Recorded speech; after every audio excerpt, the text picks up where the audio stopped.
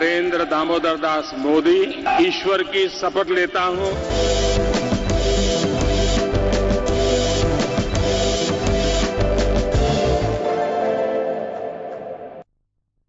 वर्ष 2019 के जनादेश में एनडीए को मिली 350 सीटें।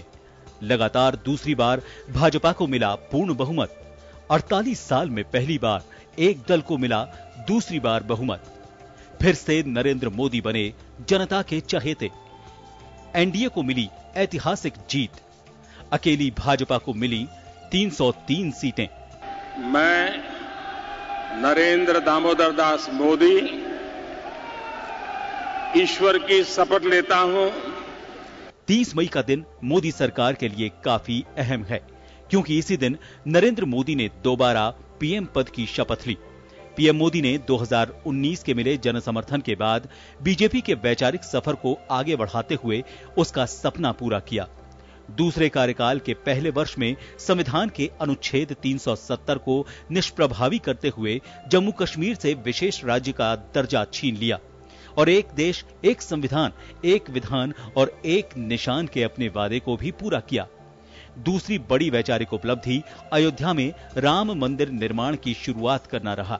हालांकि भगवान श्री राम की जन्मस्थली अयोध्या में श्री राम मंदिर निर्माण का रास्ता देश की सर्वोच्च अदालत ने साफ किया कि जिस अपेक्षा और विश्वास के साथ में मतदाता अपने घर से निकल करके तमाम विपरीत परिस्थितियां पैदा करने के प्रयासों के बावजूद भी अपने घर से निकल करके बूथ तक गया था और मशीन का बटन दबाया था, तब उसके मन में जो भाव था, जो अपेक्षा थी, उससे कहीं कहीं आगे माननीय मोदी जी की सरकार ने पिछले एक साल में ऐसे बड़े निर्णय करके और जनता के फैसले को वापस सही ठहराने की दिशा में जो है आगे बढ़े।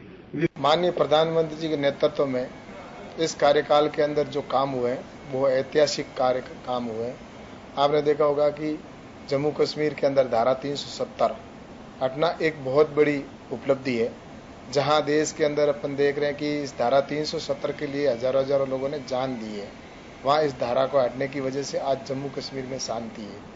और उसके बाद में और अगर आपको बताएं तो जो समान नागरिकता का बिल है, उसके अंदर भी आज जो शरणार्थी भाई पाकिस्तान में जो रहते थे उनको भी आज यहाँ पर अधिकार मिले हैं। India witnessed a steady increase in the politics of distraction and false noise to the point that it has become a defining mainstay of Modi government's administrative style. While it served the political interest of the BJP, it came at an unprecedented economic and social cost to the nation. सत्ता में आते ही 4 राज्यों के चुनाव में लगा झटका, लेकिन मध्य प्रदेश और कर्नाटक में भाजपा ने फिर बनाई सरकार। 3 तलाक बिल किया पास। आतंकवाद पर लगाम के लिए UAPA एक्ट को दी मंजूरी। आर्थिक आधार पर आरक्षण देना रही बड़ी उपलब्धि। अनुच्छेद 370, CAA जैसे बड़े प्रस्ताव संसद से हुए पास, लेकिन कोरोना महामारी ने अब सरकार के सामने खड़ा किया संकट। केंद्र ने आत्मनिर्भर भारत अभियान चलाया। मोदी सरकार 2.0 के कार्यकाल में पीएम मोदी ने मुस्लिम समुदाय में बेहद विवादित 3 तलाक को खत्म करने का विधेयक संसद के दोनों सदनों में पास करवा लिया और फिर CAA नागरिकता संशोधन कानून को भी संसद में पास करवाया। हालांकि इस बीच विपक्षी दलों ने कुछ विधानसभाओं में इसके खिलाफ संकल्प भी पारित करवाया। उधर चुनावी गणित में भी पहले तो भाजपा को नतीजों में 4 राज्यों में झटका लगा, लेकिन बाद में कर्नाटक और मध्य प्रदेश में सरकार बना ही ली। इस बीच अमेरिकी राष्ट्रपति डोनाल्ड ट्रंप का भारत दौरा भी चर्चा का विषय रहा। CAA के शोर के बीच कोरोना ने सब कुछ लॉकडाउन कर दिया, यहां तक कि राजनीतिक गतिविधियों पर भी विराम सा लग गया। इस बीच पार्टियों के लिए आने वाले विधानसभा चुनाव भी चुनौती बने हुए हैं। वहीं केंद्र सरकार के लिए कोरोना से देश को आर्थिक रूप से उबारने की बड़ी चुनौती भी सामने है। जन टीवी के लिए जयपुर से अनिल सेन की रिपोर्ट। मैं नरेंद्र दामोदर दास मोदी ईश्वर की शपथ लेता हूं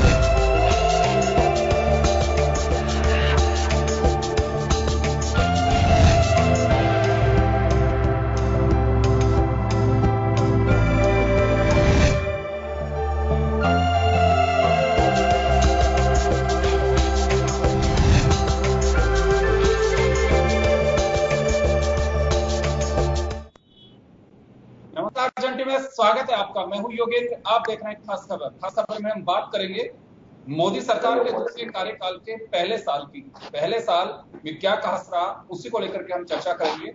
और हमारे साथ इस वक्त अतिथि जुड़ चुके हैं हमारे। आपने हमारे चैनल पे मजमून के जरिए देखा एक साल में क्या खास रहा, मोदी सरकार क्या उपलब्धियों को लेकर के और अपनी ओर से क्या दावे कर रही है, क्या कर सकती है। लेकिन इसी बीच हम कहें कि सबका साथ, सबका विकास, सबका विश्वास, यह एक मूल मंत्र के साथ मोदी सरकार का जो सेकंड कार्यकाल है वह इसके साथ में शुरू हुआ। सबका साथ, सबका विकास पहले रहा, उसके बाद सबका साथ, सबका विकास और सबका विश्वास जोड़ा है। लेकिन आत्मनिर्भर भारत तक पहुंच पाया। हम बात करना इससे नहीं चूकेंगे कि 2 महीने का जो लॉकडाउन पीरियड रहा, जिसमें जान है तो जहान है से शुरू हुआ और हम चल रहे आत्मनिर्भर भारत। तो चले इस वक्त इस मुद्दे पर चर्चा करने के लिए हमारे साथ उत्तर प्रदेश से लखनऊ से जुड़े हुए हैं राज्य योगी सरकार के मंत्री चंद्रिका प्रसाद उपाध्याय जी हमारे साथ हैं। केंद्र सरकार के पूर्व मंत्री और वर्तमान दौसा सांसद जसकौर मीना जी हमारे साथ में है।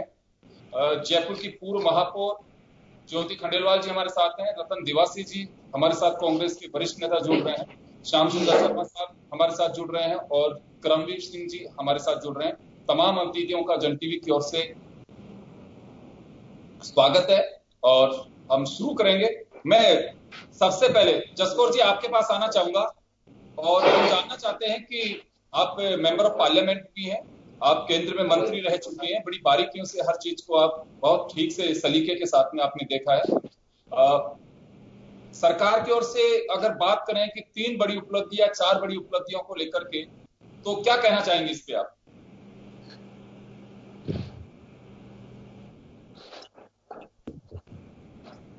जी चलिए, टेक्निकल प्रॉब्लम है तो जसकौर जी हमारे साथ जुड़ रही हैं।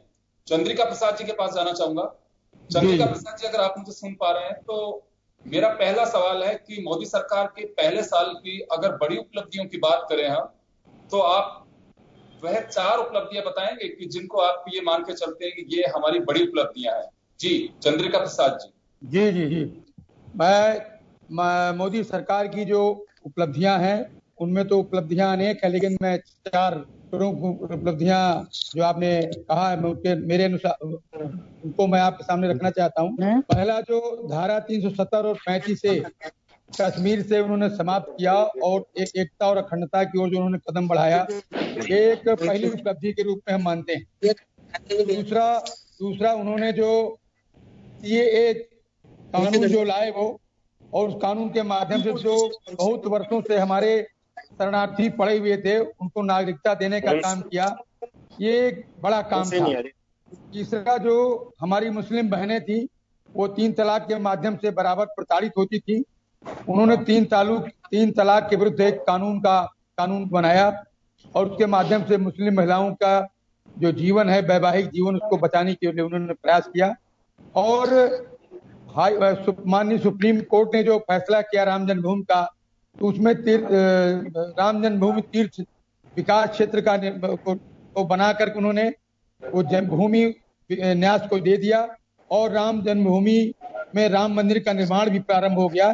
इन 4 बातों को मैं प्रमुख रूप से माननीय मोदी जी की सरकार के कार्यों के रूप में गिनता हूँ। चलिए, लेकिन चंद्रिका प्रसाद जी, मेरा एक सवाल है। आपने राम मंदिर का जिक्र कर दिया, तो ये बात ठीक है कि राम मंदिर का एजेंडा बीजेपी के एजेंडे में रहा पहले, लेकिन जब 2019 के दरमियान इलेक्शन थे तो कई बार आपकी पार्टी के नेताओं से पूछा गया कि राम मंदिर का क्या होगा, तो कहा कि सब जुडिशियल कोर्ट में मामला है।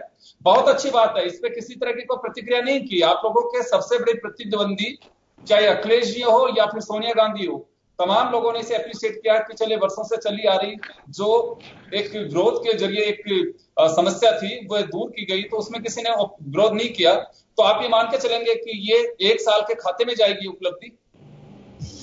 क्योंकि ये विवाद 500 वर्ष पुराना था और माननीय उच्चतम न्यायालय ने फैसला दे दिया, तो उसका न्यास बना करके भूमि को देना और उसका निर्माण कार्य शुरू होना, क्योंकि इसी 1 साल में शुरू हुआ है, इसलिए निश्चित रूप से ये उनके उपलब्धि के रूप में ही माना जाए। जी चले, रतन देवासी जी इस वक्त हमारे साथ जुड़े हुए हैं। रतन जी, उपलब्धियों की बात की जा रही है इस वक्त, और मोदी सरकार के पास में बताने के नाम पर अभी 370 और 35A जिसे विड्रॉ किया, हटाया वहां से, और CA की बात की जा रही थी, उसको भी बांध करके चल रहे हैं। और बड़ी बात राम मंदिर के मुद्दे की बात अभी चंद्रिका प्रसाद जी ने कहा, ये एक बड़ी बात बताई जा रही है। और मुस्लिम महिलाओं के साथ में ये सीधा अटैक कांग्रेस के कार्यकाल पे है कि कभी ध्यान नहीं दिया गया, उनकी जो समस्या थी उसे निजात दिलाने के लिए एक बड़ा अधिकार उन्हें दिया है। देखिए, मैं आपको एक बात बताना चाहता हूं कि 1 वर्ष के बाद में भी अगर ये उपलब्धियां गिनाने के लिए उन्हीं चीजों को जिसमें उन्होंने इस देश में जब से राजनीति शुरू की है, वो 1-2 मुद्दे जो अभी उन्होंने बात की, राम मंदिर की हो, अनुच्छेद 370 की हो, उसके बारे में आज भी ये बात कर रहे हो। मैं आपको ये कहना चाहता हूँ कि ये देश क्या जानना चाहता है। ये देश वो जानना चाहता है कि 10 साल का जो यूपीए सरकार का कार्यकाल था, जिसमें आपको इकोनॉमिक फ्रंट के अंदर जिस रूप में मजबूत करके यहाँ रखा था, आज आपने उसकी क्या दुर्दशा की है। बहुत सारे ऐसे प्रश्न है, बहुत सारे ऐसे मुद्दे हैं, वो किसानों से संबंधित हो, वो इकोनॉमिक फ्रंट से संबंधित मुद्दे हो, या फिर वो प्रशासनिक व्यवस्था किस तरीके से इंपोज होनी चाहिए, जैसे पिछले कार्यकाल में नोटबंदी वाली हुई या फिर एकदम से ये लॉकडाउन वाली हुई।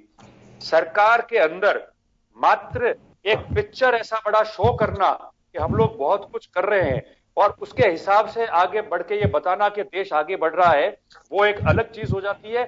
और वास्तविक तरीके से जहां एक सामान्य व्यक्ति देश के अंदर आर्थिक रूप से, सामान्य रूप से अपने आप को मजबूत समझे, वो बिना स्ट्रेस की पॉलिसी के तहत काम करके अपने आप को मजबूत करके आगे चल सके, इस प्रकार की कोई पॉलिसी सरकार कर नहीं पाई और इसी की वजह से ये फेल्यूर हुआ। आज भी हमारा जो समय हम लोग देख रहे हैं कि इससे कठिन समय निकल रहा है, वो भी सिर्फ failure of administration of the central government है। जी रतन जी, मेरा एक सवाल होगा आपसे, बीच में ही एक सवाल होगा। आपने कहा कि फेलियर है, आप जिक्र कर रहे हैं शायद कोविड-19 का, जो लॉकडाउन के दरमियान जो सब चीजें जिसका फेस करना पड़ रहा है, मजदूरों का जो जिक्र कर इसमें, लेकिन फेलियर केवल गवर्नमेंट ऑफ इंडिया को ही कैसे ठहरा सकते हैं? राज्यों की कोई जिम्मेदारी नहीं है इसमें?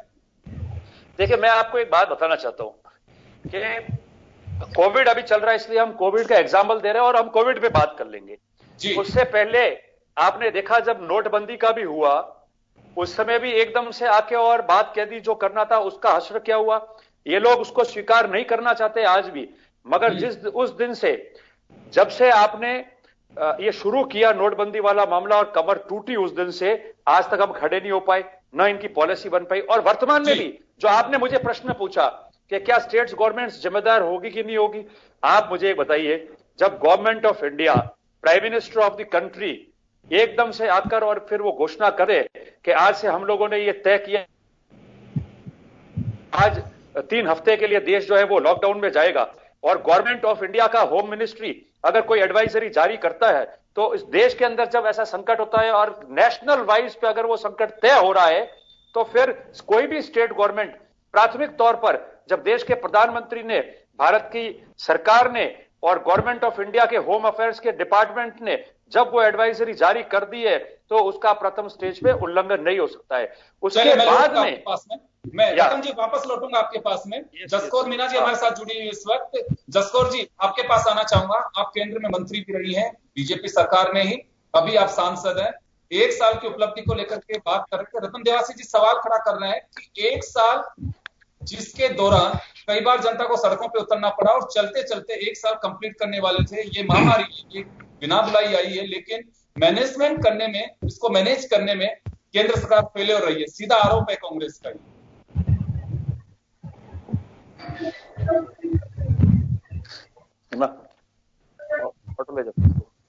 जी चलिए, चंद्रिका प्रसाद जी, चंद्रिका आपके पास आना चाह रहा हूं एक बार मैं वापस। आपने सुना रतन देवासी जी कांग्रेस के सीनियर लीडर हैं, मेंबर ऑफ पार्लियामेंट का इलेक्शन लड़ा इन्होंने अभी 2019 में ही। आपसे जानना चाहूंगा कि कोविड-19 को लेकर के जो सवाल खड़ा कर रहे हैं कि नोटबंदी की तर्ज पे इसे भी इसी तरह से थोपा गया देश पे, इसी की वजह से आज है कि कई मजदूरों ने बीच में दम तोड़ दिया, वो अपने घरों को जाने के लिए मजबूर है, आज ही पैदल चल रहे हैं। लेकिन इसके लिए जिम्मेदारी केवल केंद्र सरकार की है कि लॉकडाउन का जो तरीका था वो ठीक नहीं था। चंद्रिका प्रसाद जी, ये पूरा विश्व जानता है और तमाम बड़े बड़े जो हमारे इसमें शोध करने वाले लोग हैं, पूरे विश्व के स्तर पर सबने माना है कि कोविड-19 का जो प्रबंधन है वो भारत का सर्वश्रेष्ठ है। आप कोई भी पैमाना ले लें, हर पैमाने पर भारत सर्वश्रेष्ठ है। हमारी जो रिकवरी रेट है वो 40% से ऊपर पहुंच गया है। हमारे यहाँ जो डेथ रेट है वो भी, लेकिन उपाध्याय साहब, हम लोग टॉप 10 में भी पहुंच गए। आपको ये भी ध्यान होगा कि टॉप 10 में भी हम पहुंच गए रिकवरी रेट के साथ साथ। आपको ये भी ध्यान होगा कि भारत की आबादी जितने भी देश हैं, चीन के अलावा सर्वाधिक हमारी आबादी है, और उस आबादी की दृष्टि से अभी भी हम बहुत पीछे हैं। उसके हिसाब से हम कहीं नहीं हैं। हमारी जो जितने लोग अभी तक इसमें कोविड से प्रभावित हुए हैं वो मुश्किल से 80 के आसपास हैं, और उसमें भी अभी हमारे जो मित्र बोल रहे थे, अगर इनके शासित प्रदेश का इतना योगदान न होता, अर्थात महाराष्ट्र में जो 60,000 से अधिक अकेले महाराष्ट्र में है, जहां कांग्रेस समर्थित सरकार है, तो चाहे वो कोविड फैलने में हो, चाहे व्यवस्था में, और मजदूर भी सर्वाधिक, अगर वो ट्रेन में कटे हैं मजदूर तो भी महाराष्ट्र में कटे हैं, और मजदूर अधिक भागे हैं तो वहीं से भागे हैं। और मजदूरों के साथ जो, अगर यही उद्धव ठाकरे आपके साथ होते तो उद्धव ठाकरे हमारे साथ होते तो क्या होता, वो मुख्यमंत्री होते कि नहीं होते, बहुत सारा विषय है। लेकिन वर्तमान में जो विषय है वो ये failure of the government of Maharashtra है, जिसके नाते सब दिक्कतें आई।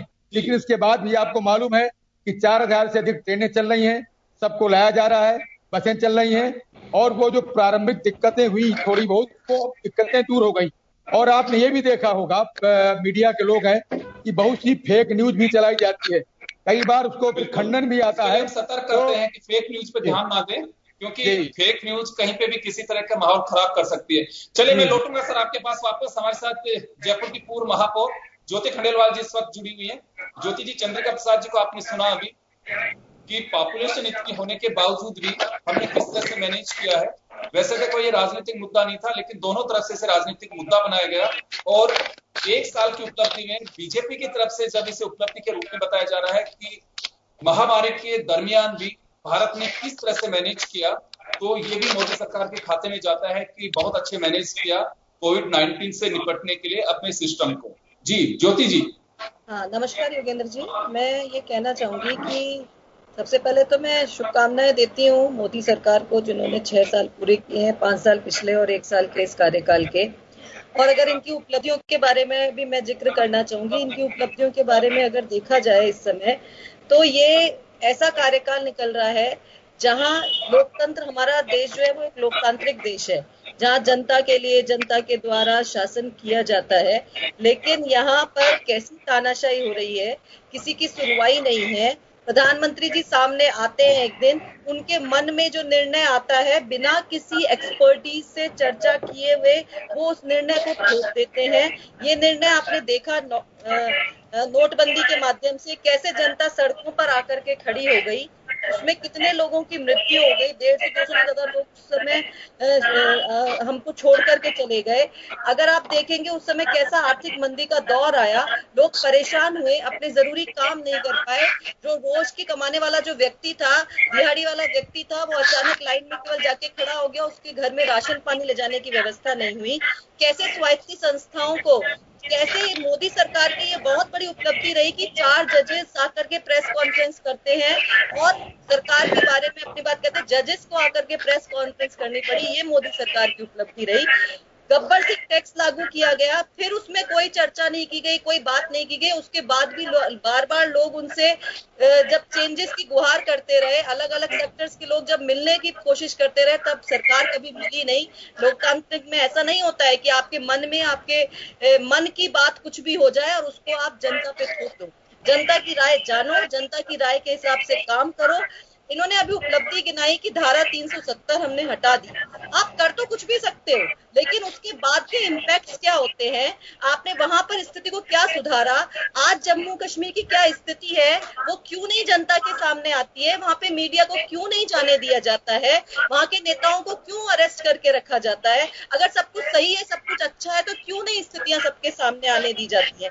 लेकिन कभी भी जहां आप जो निर्णय है वो निर्णय आप थोप दो। और जहां तक हम आज की बात करें अगर लॉकडाउन की, तो मुझे तो बहुत आश्चर्य होता है कि ऐसा समय जो कि पूरे विश्व के लिए एक बहुत ही विषम परिस्थिति का समय है, ऐसे समय में सरकार सेलिब्रेशन की सोच रही है, तो ऑनलाइन रैलियां कर रही है, भाषण दिए जा रहे हैं। इस समय तो सेलिब्रेशन होता अगर उस प्रवासी श्रमिक को उसके घर पहुंचने का उचित जगह साधन मिल जाता, उसके घर पर 10,000 रुपए राहत के पहुंच जाते, वो अपनी घर की रोजी रोटी चला पाता। नरेगा में अगर वो काम करना चाहे तो उसकी अवधि बढ़ा दी जाती। तो सरकार अगर जनता के लिए कुछ करे, वही सबसे बड़ा सेलिब्रेशन होता है। केवल भाषण देते रहे, केवल बातें कहते गए, वो कभी सेलिब्रेशन की गिनती में नहीं आ सकता। बिल्कुल, मैं वापस लौट रहा हूँ आपके पास। श्याम सुंदर शर्मा साहब हमारे साथ जुड़े हैं, वरिष्ठ पत्रकार। श्याम जी, आपने दोनों पक्षों के सुना, दो बार अपने अपनी ओर से।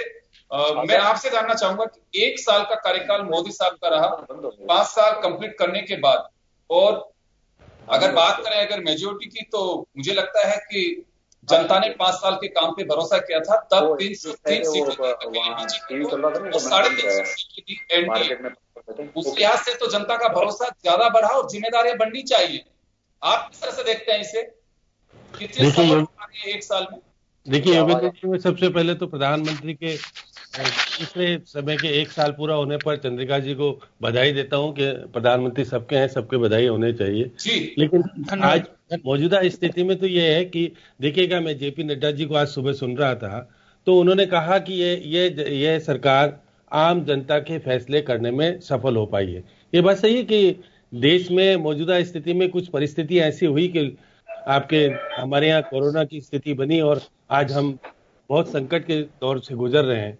तो जेपी नड्डा जी का अगर कहा जाए तो उन्होंने कहा कि हम शुरुआत में पीपी की किट भी अमेरिका और चीन से आयात कर रहे थे, लेकिन हमारी उपलब्धि आज है कि हम 4 लाख पीपी की किट बनाने के अंदर सक्षम हो पाए हैं। मतलब ये भी हम उपलब्धि के अंदर आज हम दर्शाने की स्थिति में आए हैं। और उन्होंने कहा कि देखिएगा कि हमारे पास वेंटिलेटर नहीं है, और वेंटिलेटर हम चाहते थे कि बाहर से मंगाया जाए, लेकिन हमारे यहाँ अब ऐसी स्थिति बन गई है कि हमको 56,000 की जरूरत है। हम 48,000 वेंटिलेटर अपने लोकल स्तर पर बनाने लग गए हैं, भारत में बन रहा है। तो एक ये इन्होंने कहा कि हम लॉकडाउन को भी एक उपलब्धि के मान करके हमारी सरकार ने एक परिवर्तन ला के आए हैं। लेकिन ये बात सही है कि मैं जब सुन रहा था तो उन्होंने कहा कि हमने 75 संकल्प हमारे घोषणा पत्र में किए थे, उसमें से 43 संकल्प हमने पूरे कर दिए। जैसा कि वो कह रहे थे आज मुख्तार अब्बास नकवी कि वो संकल्प समिति के सदस्य भी थे, उन्होंने कहा कि 43 संकल्प पूरे किए हैं। आज मैं देखिएगा आप देखिएगा कि जब मैं रक्षा मंत्री जी को सुन रहा था तो उन्होंने कहा कि चीन और भारत के बीच में जो विवाद चल रहा है उसको हम अमेरिका को साथ नहीं ले रहे, बल्कि हम आपस में समन्वय करके इसको हम निपटाने का प्रयास भी कर रहे हैं। ऐसी देखिएगा कि आज मैं सुन रहा था, देखिएगा लघु एवं सूक्ष्म मंत्री जो गडकरी हैं, गडकरी ने कहा कि हमारे यहाँ संकट का समय तो आ गया है। हमारे जो लघु और जो हमारा देखिएगा जो ऑटोमोबाइल का सेक्टर है वो 4 लाख करोड़ का है, वो घटा की स्थिति में है। लेकिन आने वाले समय में परिवर्तन आएगा और हम नई पद्धति को अपना करके हम एक बहुत बड़ा अवसर देंगे, क्योंकि हमारे वो कह रहे थे कि हमने अभी एक जापानी कंपनी से समझौता करने की बात आई है और हम बड़ा निवेश 10,000 करोड़ का ला के आ रहे हैं, क्योंकि वहां ब्याज कम है। इसी स्थिति में हम इस दिशा में कह सकते हैं कि देश की अर्थव्यवस्था में हम विदेशों से पैसा लाएंगे कम ब्याज पे, क्योंकि वहां कोरिया में तो बैंकों में पैसा रखने का पैसा लिया जाता है और बाकी देशों में 2% पे हमको ब्याज पर पैसा मिल जाता है, क्योंकि भारत में नहीं है। तो बहुत सारी चीजें इनके आज मंत्रियों को सुन रहे थे तो वो कर रहे थे कि हम आने वाले समय में देश को एक नया रूप देंगे। वो देंगे या नहीं देंगे वो आने वाली बात है, लेकिन ये बस कही जा सकती है कि नया सोच निश्चित रूप से देश को प्रगति की ओर ले जाने की बात कह रहे हैं। बात के वही बात है कि इन्होंने कहा कि राम जन्मभूमि का केस अल्प समय में सुप्रीम कोर्ट निपटाने का प्रयास किया, ये हमारी उपलब्धि बताई। उन्होंने 3 तलाक की उपलब्धि बताई, बीजेपी ने, भाजपा ने बताई कि हमारी ये भी उपलब्धि रही है। इसके अलावा देखिए को लेकर क्या मानना है श्याम जी, राम मंदिर को लेकर क्या मानना है? निश्चित रूप से बीजेपी के एजेंडे में थे ये इश्यूज। उसके बाद जब 2019 के चुनाव में या 2013 के चुनाव में बात की जाती थी बीजेपी के नेताओं से, तो ये कहा जाता था कि सब जुडिस मामला, इस पे बोलना उचित नहीं रहेगा। तो ये माना जाना चाहिए कि पूरा देश सहमत था अदालत के उस डिसीजन से कि जो वास्तव में वर्षों से चले आ रहे। मैं सहमत हूं चंद्रिका प्रसाद जी की बात से कि वर्षों से लंबित मामला था, इसका डिस्क्लोजर होना चाहिए था। ऐसे तो चलता रहता तो कभी इस मैटर का कभी एंड नहीं हो पाता। सभी लोगों ने इसमें सहमति जताई। तो ये क्या माना जाए कि मोदी साहब के खाते में जाएगा ये मामला? देखिएगा, क्योंकि पार्टी के जो राष्ट्रीय अध्यक्ष कह रहे थे कि कांग्रेस इसको उलझाए रखना चाहती थी, डिसीजन होना नहीं देना चाहती। मोदी सरकार ने डिसीजन करने की स्थिति पैदा की और सुप्रीम कोर्ट ने इसको आगे आकर के जिस तरह से निपटाया, निश्चित रूप से जो विवाद हो रहा था बहुत समय से, राजीव गांधी चाहते थे निपटा नहीं। लेकिन हाँ, ये बात सही है कि आज 2019 का जो है उसके बाद 2020 आया है, इसमें हमने जो निपटा करके दिखा दिया देश को कि हम इतनी बड़ी समस्या को भी हम कोर्ट के माध्यम से निपटाते और उसके बाद दंगा नहीं हुआ, कोई स्थिति नहीं खराब हुई। तो इसलिए एक उपलब्धि तो मानी जाएगी केंद्र सरकार की। जो आप पहले कहते कोर्ट कहेगा, जो कोर्ट के कहने के बाद क्योंकि ट्रस्ट का गठन होना, उसके बाद शिलान्यास हो जाना, तो ये तो बात सही है कि एक दो बीचों के बीच में जो जिस तरह का विवाद हो रहा था, जो कुछ हो रहा था कि देश में बहुत बड़ी विपदा आएगी, यहाँ दंगे होंगे, बहुत सारी चीजें हो जाएगी, लेकिन नहीं हुए। इस देश बड़ा अलबेला है और क्योंकि इस देश में अमन एवं शांति दोनों ही व्यक्ति रह रहे हैं, मुस्लिम भी रहता है। श्याम जी, मैं लौटूंगा आप लोगों के पास में। यहाँ एक छोटे से ब्रेक के लिए रुक लेते हैं, ब्रेक के बाद हम जल्द लौटते हैं। बने रहिए आप जन टीवी के साथ।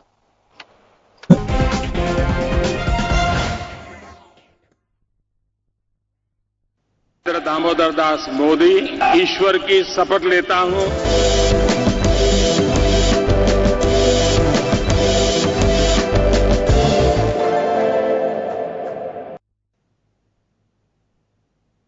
ब्रेक के बाद एक बार फिर आपका स्वागत है। आप देख रहे हैं खास खबर। बात कर रहे हैं मोदी सरकार के दूसरे कार्यकाल के 1 साल की।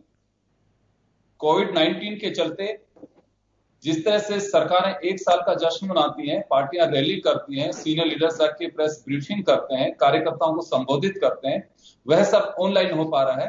भीड़ नहीं जुटा सकते आप, मजबूरी सभी की है। उसी तरह से प्रतिपक्ष भी अपनी ओर से अगर विरोध दर्ज कराना है तो आप सोशल मीडिया के जरिए कराइए, आप बड़ा प्रदर्शन नहीं कर सकते। अगर आपको कोई बखान करना है, अगर खामियां उजागर करनी है तो आपको ऑनलाइन आना होगा। एक नया ट्रेंड शुरू है, ये चाहे विरोध का हो चाहे अपनी बात को कहने का हो। तो चलिए, हालात जैसे होते हैं रास्ते उसमें वैसे ही निकलने शुरू हो जाते हैं और वैसे ही निकाले जाते हैं। बात अपनी अपनी है। मैं श्याम जी के पास में था, हमारे साथ जुड़े हुए हैं, अभी करमवीर सिंह जी हमारे साथ में जुड़ेंगे। और मैं एक बार फिर जाना चाहूंगा, ज्योति जी आपके पास आना चाह रहा हूं मैं एक बार फिर। 3 तलाक को लेकर के बड़ी बातें चलती रही और निश्चित रूप से एक बड़ा राजनीतिक मुद्दा भी बनता रहा। 3 तलाक हो चाहे CAA की बात कही गई, लेकिन प्रधानमंत्री ने खुद ने हाउस में कहा कि अभी तो इस पे विचार ही नहीं हुआ है, NRC के साथ में जोड़ा जा रहा था उसे। तो क्या माने कि वास्तव में इतने साल से अगर कोई 3 बार किसी महिला को यह कह दे कि तलाक तलाक तलाक, तो जो लंबे समय से जिसके साथ वैवाहिक जीवन व्यतीत कर रही है उसको यूं ही ठुकरा दिया जाए?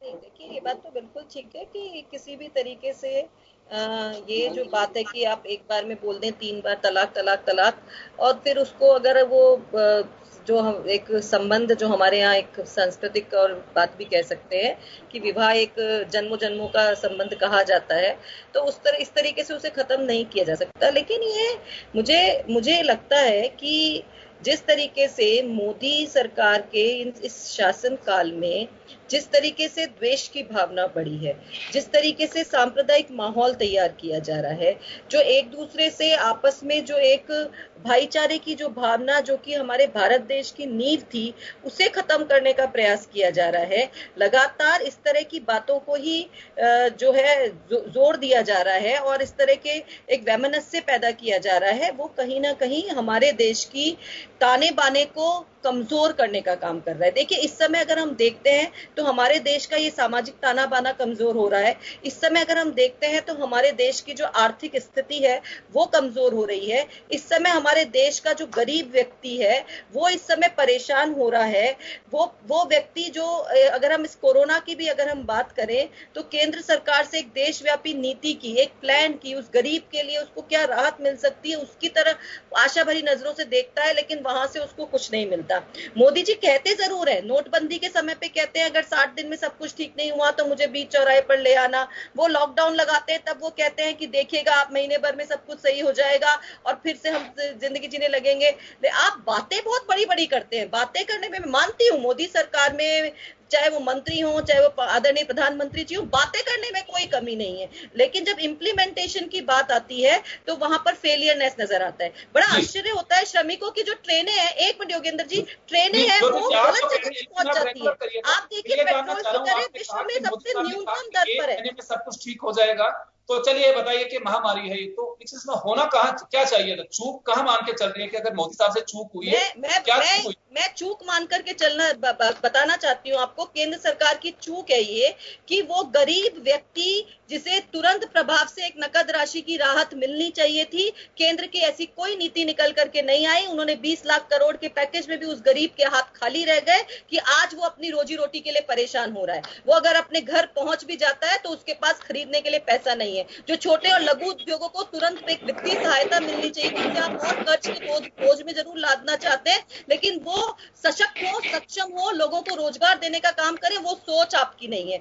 आप यहाँ पर देखेंगे कि अगर लगातार अगर हम सोचते हैं कि वो गरीब जो प्रवासी श्रमिक था वो कैसे अपने घर पहुंचे, पूरे देश में एक नीति बननी चाहिए थी और उसका आके ऐलान करना चाहिए था आपको, अपने जो आपने बार बार आकर के अपने भाषण दिए उसमें, लेकिन कोई नीति श्रमिकों को लाने के लिए केंद्र के स्तर पर नहीं निकल के आई। राज्यों ने अपने अपने प्रयास किए। जिस राजस्थान ने बहुत अच्छा प्रयास किया, यहाँ पे प्रवासी श्रमिकों की हालत ठीक हो गई। जिन राज्य की सरकारों ने नहीं किया, यूपी ने तो बसों को वापस लौटा दिया, इससे वहां के मजदूर, वहां के श्रमिक जो है वो अपने घर नहीं पहुंच पाए, लेकिन केंद्र सरकार की कोई नीति नहीं आई। एक और बात मैं कहना चाहूंगी, ग्लोबल स्तर पर अगर हम देखते हैं तो पेट्रोल और डीजल की जो दरें हैं वो सबसे न्यूनतम लेवल पर पहुंची।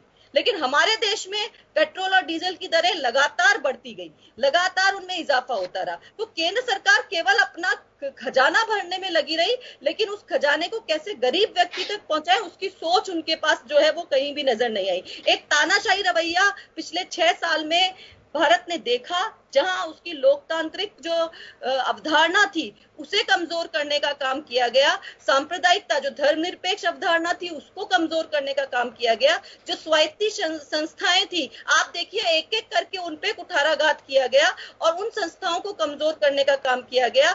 जितने हमारे जो राज्य सरकार, केंद्र सरकार के जो हमारी सरकार के जो वेंचर्स थे उन्हें बेच करके सबको प्राइवेटाइजेशन करने की कोशिश जो है वो लगातार की जा रही है, उसे खत्म किया जा रहा है। जो लोगों के हित के लिए काम करने की जगह उसे कॉमर्शलाइज किया जा रहा है, उसे मुनाफाखोरी के तहत किया जा रहा है। तो ये सब चीजें देश की जनता देख रही है, परेशान हो रही है, व्यापारी वर्ग परेशान है। इस समय आप बहुत आर्थिक मंदी के दौर से गुजर रहा है, उसे लगातार चोट पे चोट पहुंच रही है, वो आहत है अंदर से और दुखी है, परेशान है। हर एक वर्ग आपको इस समय परेशान नजर आएगा और अगर उस परेशानी का हल अगर वो केंद्र सरकार की तरफ से ढूंढते तो नहीं मिलता है, यही सबसे बड़ा फेलियरनेस है। बिल्कुल, मैं वापस आऊंगा, मैं चंद्रिका प्रसाद जी के पास एक बार फिर जाना चाहूंगा। प्रसाद साहब, मेरा एक छोटा सा सवाल ये होगा, कांग्रेस ने भी आरोप लगाए कुछ रिपोर्ट्स को आधार बना करके, उनका ये कहना है कि बेरोजगारी दर 45 साल में सर्वाधिक रूप से बढ़ी है, बेरोजगारी यानी कि काफी संख्या में लोग हैं और उन बेरोजगारी से निपटने के लिए सरकार के पास में कोई प्लान नहीं है। दूसरा आरोप आप पे यह लगा है कि 1 साल के दरमियान 68,000 करोड़ रुपए अपने चहेतों के बैंकों में कर्ज लिए हुए और डूबत खाते में डाल दिए गए। तीसरा आरोप आप लोगों पे ये लगता है कि दावे बहुत किए जा रहे हैं कि हमारे पास में धान का भंडार है। हंगर इंडेक्स की अगर बात करें तो 117 देशों में से आज भी कुपोषण और भुखमरी के लिए 102वां स्थान हमारा है, 117 देशों के उसमें। तो ये कुछ चीजें ऐसे हैं कि आज भी हम उससे बाहर नहीं निकल पा रहे। 117 देश जो हंगर इंडेक्स में, उनमें आज भी भारत का नाम है। तो इसे किस तरह से देखा जाए, क्योंकि अब तो 6 साल मोदी साहब के कार्यकाल के मान के चलेंगे।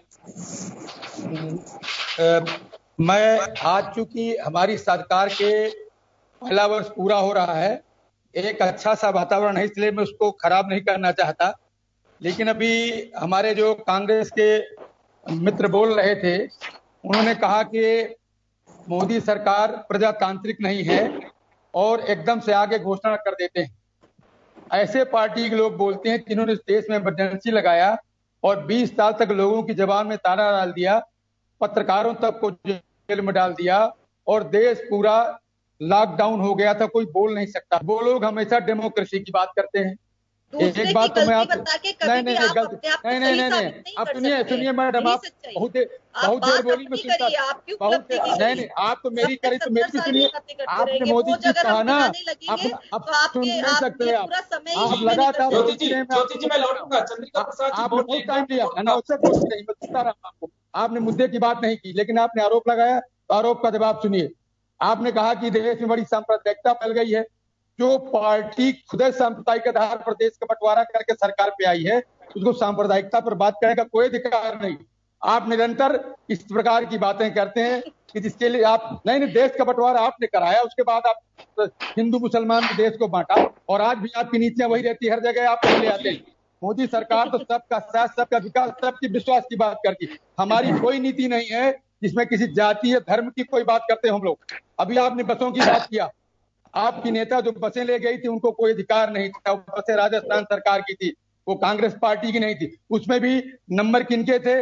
नंबर कोई स्कूटर का था, कोई ऑटो का था, कोई किसी का। ये तो बहुत बड़े राष्ट्रीय शर्म का विषय है कि एक राष्ट्रीय पार्टी के नेता जब कोई सूची देते हैं तो उसमें इस प्रकार के नंबर होते हैं, बहुत विचार का विषय। और अगर राजस्थान की सरकार कहती हम बसें भेज रहे हैं तब तो ठीक है, सुनिए ना, आप सुनिए, मैंने बहुत सुना ध्यान से। आप चंद्रिका प्रसाद जी, सर मेरे सवाल का एक जवाब। मैडम को सुनता रहा, मैडम को डिस्कस करना गलत बात है। चाहता हूँ कि मैंने हंगर इंडेक्स की बात की, ग्लोबल हंगर इंडेक्स में आज भी 117 देशों में से हम 102 पे हैं। बांग्लादेश और पाकिस्तान से भी पीछे हैं हम। मैं आपकी सब बातों का 68,000 करोड़ रुपए की जो मैं बात कर रहा हूं कि जिसमें ये आरोप लग रहे हैं सरकार पे कि अपने चहेतों के कर्ज को बट्टे खाते में डाल दिया गया, बैंकों को नुकसान पहुंचाया गया।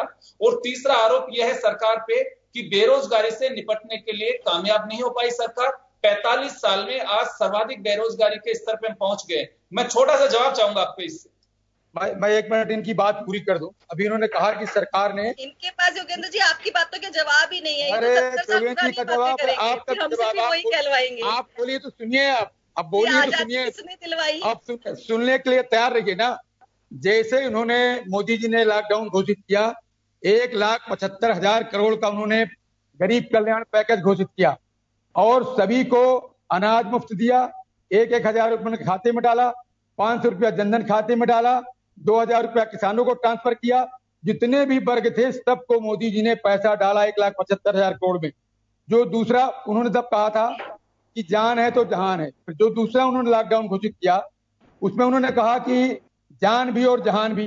तो जो हमारा एमएसएमई सेक्टर है, इसमें सूक्ष्म लघु मध्यम, वापस लौट रहा हूं आपके पास, उपाध्याय साहब वापस लौट रहा हूं आपके पास में जान है तो जहान है से आत्मनिर्भर भारत तक का 2 महीने का सफर तय किया इस देश में। बहुत अच्छी बात है कि आत्मनिर्भर भारत किस तरह से कैसे होगा। सरकार ने अपना एक विजन दिखा तो दिया, लेकिन ये डिपेंड करता है कि ये कितना कारगर होगा। चलिए, इस वक्त हमारे साथ करमवीर सिंह जी जुड़ गए हैं। करमवीर जी, मैं आपके पास आना चाहूंगा। अगर बात फॉरेन पॉलिसी की करें, नेबर कंट्रीज जो हमारे, अगर उनके रिलेशन की बात करें, तो मैं जानना चाहूंगा कि हम किस पोजीशन में, मोदी साहब 6 साल कंप्लीट कर चुके हैं अपने 2 कार्यकाल के दरमियान, तो फॉरेन पॉलिसी को लेकर के मैं कुछ जानना चाहूंगा आपसे। अब तो जयशंकर प्रसाद जैसे उनके पास में मिनिस्टर भी हैं जी। जी योगेंद्र जी, बिल्कुल। शुरुआती जो आप कह सकते हैं कि जो पहला कार्यकाल रहा मोदी गवर्नमेंट का, उसमें कुछ इस तरह के डिसीजन लिए गए, जैसे कि जो लुकिस्ट पॉलिसी था उसको एक्टिस्ट पॉलिसी नाम दिया गया। कहा कि ये ज्यादा एक्शन ओरिएंटेड होगा, पहले के लोग सिर्फ बात किया करते थे और अब हमारी जो पॉलिसी है वो आउटकम बेस्ड होगी, यानी कि कुछ परिणाम हम देश को दिखाएंगे। कई इस तरह के वादे किए गए। पड़ोसियों को लेकर कहा गया कि अब नेबरहुड फर्स्ट पॉलिसी हम अपनाएंगे, यानी कि पड़ोसी हमारे जो है वो पहले रहेंगे। लेकिन पाकिस्तान के साथ हमारे रिश्ते हैं वो कभी भी उनमें कोई सुधार नहीं आया। अभी अगर मोदी सरकार की नीतियों को देखा जाए, हमारे पड़ोस में साउथ ईस्टर्न चल रहे हैं। बांग्लादेश जो कि हमारा मित्र, में कोई बहुत ज्यादा गर्माहट नहीं देखी। लैंड बाउंड्री एग्रीमेंट को मोदी गवर्नमेंट ने या संसद से पास करवा दिया, लेकिन तिस्ता जो रिवर वाटर शेयरिंग एग्रीमेंट है वो अभी भी पेंडिंग है और उसकी वजह से ट्रांजिट फैसिलिटी बांग्लादेश से हमें नहीं मिला है। नेपाल के साथ प्रॉब्लम सेम चल रहा है और अभी तो वह काला पानी जो क्षेत्र चाइना बॉर्डर के साथ लगता हुआ है, वहां पे एक विवाद छिड़ गया है नेपाल के साथ में। दूसरा श्रीलंका, लेकिन इसके लिए तो ये इस विवाद को मुझे लगता है कि नेपाल के साथ में कोई बहुत बड़ा विवाद हम नहीं कह सकते। इसे चाहे तो सुलझाया जा सकता है, कोशिशें की जा रही होंगी, क्योंकि वो बहुत मेजर डिस्प्यूट पार्ट नहीं है। वो 1887 की जो संधि है उसके साथ ही मुझे लगता है कि या तो कोई डायलॉग का अभाव रहा है, या अभी क्या इसको माना जा सकता है कि अभी सेना प्रमुख नरवाने का एक बयान आया, उसके बाद में थोड़ा सा कहा जाता है कि आपस में दोनों और तल्खी पड़ी है। इसे ऐसा माना जा सकता है? देखिए, नेपाल की जब से चाइना के साथ नजदीकियां बढ़ी हैं, बेल्ट रोड इनिशिएटिव जो चाइना का है उसकी वजह से कई वहां प्रोजेक्ट शुरू हुए हैं, इन्वेस्टमेंट आया है। तो नेपाल की डिपेंडेंसी जो पहले इंडिया पे हुआ करती थी वो अब चाइना पे बढ़ रही है। इसकी वजह से नेपाल जो है भारत की कोई भी बात है उसको बहुत ज्यादा सीरियसली नहीं लेता है। 17 साल बाद कोई भारतीय प्रधानमंत्री मोदी जी नेपाल यात्रा पे गए, लेकिन उसका परिणाम अभी तक कोई देखने को नहीं मिला है कि कोई बहुत ज्यादा संबंधों में सुधार आया हो। एक सवाल और है मेरा, करमवीर जी, एक सवाल और है। नेबर कंट्री हमारे फ्रेंडशिप सबसे ज्यादा अगर कहें तो जो पड़ोसी मुल्क हैं उनमें से भूटान और नेपाल के साथ में हमारे सबसे अच्छे रिलेशन रहे। नेपाल के साथ थोड़ी तल्खी अभी आ रही है और जो मिस्टर कमल, जो पूर्व अभी वहां के प्रतिपक्ष के नेता के रूप में भी है, कमंड दहल जो है वहां के नेता, पूरा नाम मैं नहीं बता पा आपको, उनकी जो जिस तरह से आक्रामकता है वो मुझे लगता है कि भारत के लिए ठीक नहीं है। और सबसे बड़ी जो चुनौती है, अभी आपको ध्यान होगा कि फेक करेंसी और टेररिज्म जो हमारा टूरिस्ट रूट हुआ करता था नेपाल, उसके जरिए पैसा और आतंक की जो खेप है उस तरह से परोसी जा रही है वाया नेपाल, पिछले कुछ साल से चल रही है। आईबी अलर्ट कर चुका है, हमारे इनपुट्स जो मिल रही हैं डिफेंस से वह भी इस तरह के मिल रहे हैं। तो नेपाल को वास्तव में बनावटी रूप से नहीं, ठीक तरीके से हमारे साथ मिलाए रखना बहुत जरूरी है। जी बिल्कुल योगेंद्र जी, नेपाल भारतीय सामरिक हितों के लिए बहुत ही महत्वपूर्ण देश है। हम नेपाल को एक अवॉइड नहीं कर सकते पहले की तरह जैसे किया जाता रहा है। अब नेपाल की नजदीकियां जब से चाइना के साथ बढ़ने लगी है, भारत की चिंताएं भी इससे बढ़ने लगी है। बात सीमा विवाद का नहीं है, बात विश्वास का भी है। दोनों देशों के संबंधों में विश्वास की बहुत कमी आ गई है। केपी शर्मा ओली अभी भी चाइना की तरफ पूरी तरह से झुके हुए हैं। जहां तक आपने पुष्प कमल दहल उर्फ प्रचंड की बात किया, प्रचंड जब प्रधानमंत्री बने तब लग रहा था कि वो भारत के खिलाफ जाएंगे क्योंकि वो कट्टर कम्युनिस्ट हैं, लेकिन उनके कार्यकाल में भारत के साथ कोई संबंधों में इतनी कड़वाहट नहीं आई जितना कि केपी शर्मा ओली के प्रधानमंत्री बनने के बाद आई है।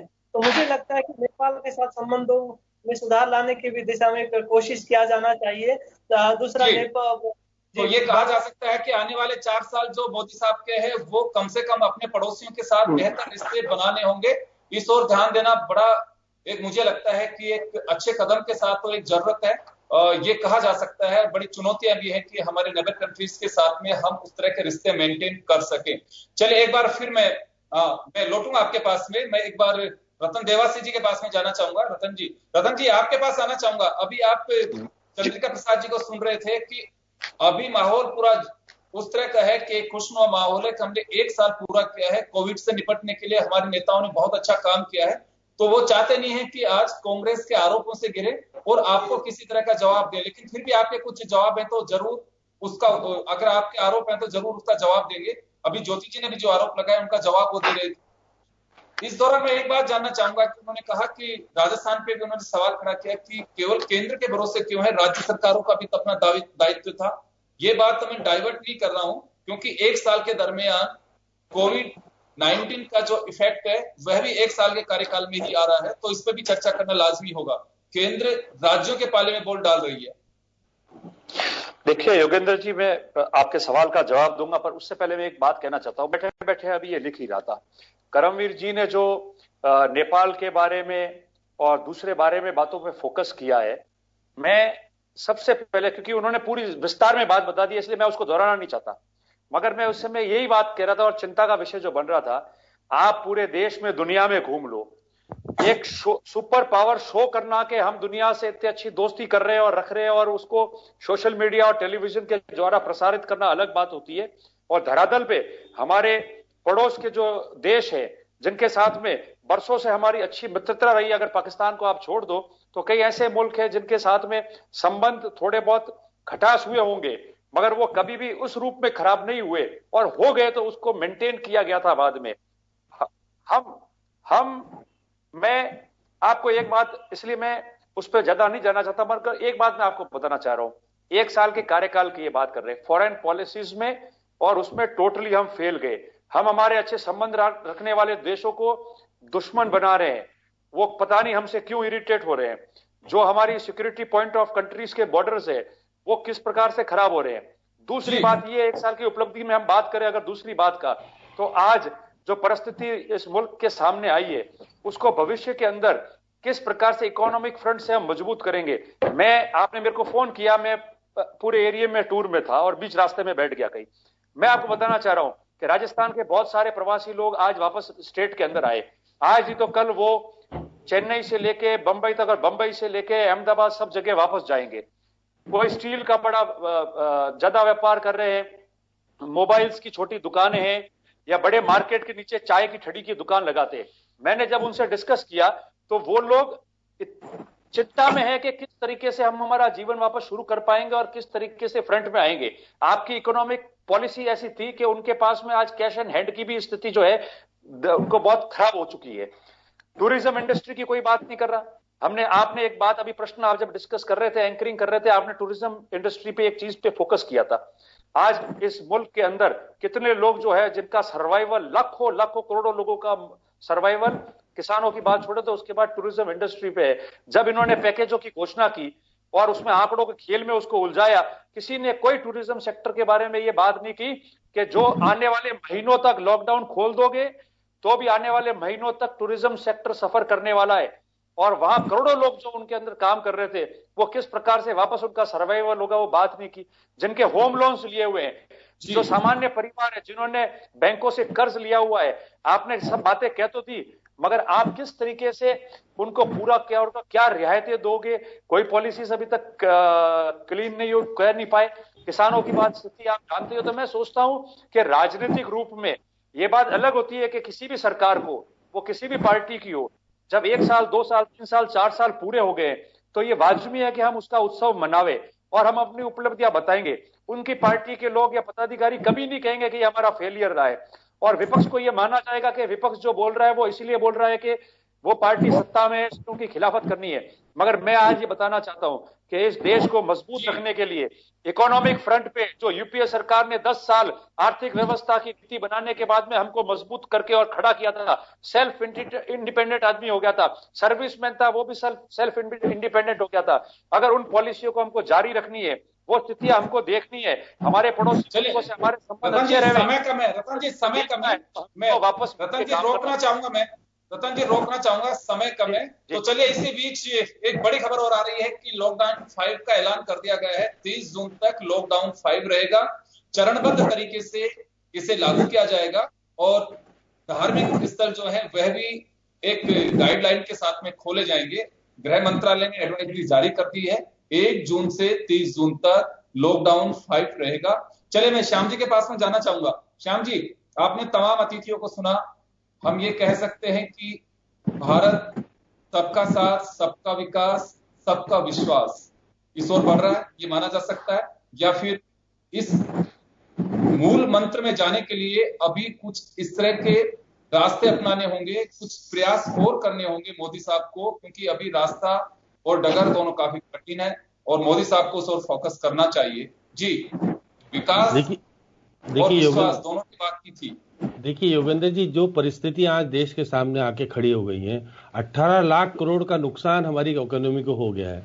तो ऐसी स्थिति में हम आर्थिक स्थिति से बहुत अच्छी स्थिति में नहीं रहेंगे। तो जो हम सपने देख रहे थे या केंद्र सरकार या राज्य सरकारें दिखा रही थी लोगों को, वो नहीं पूरे हो पाएंगे। अब हमारे सामने चुनौती यह है कि जो लोग बेरोजगार हो गए उनको किस प्रकार से रोजगार दें।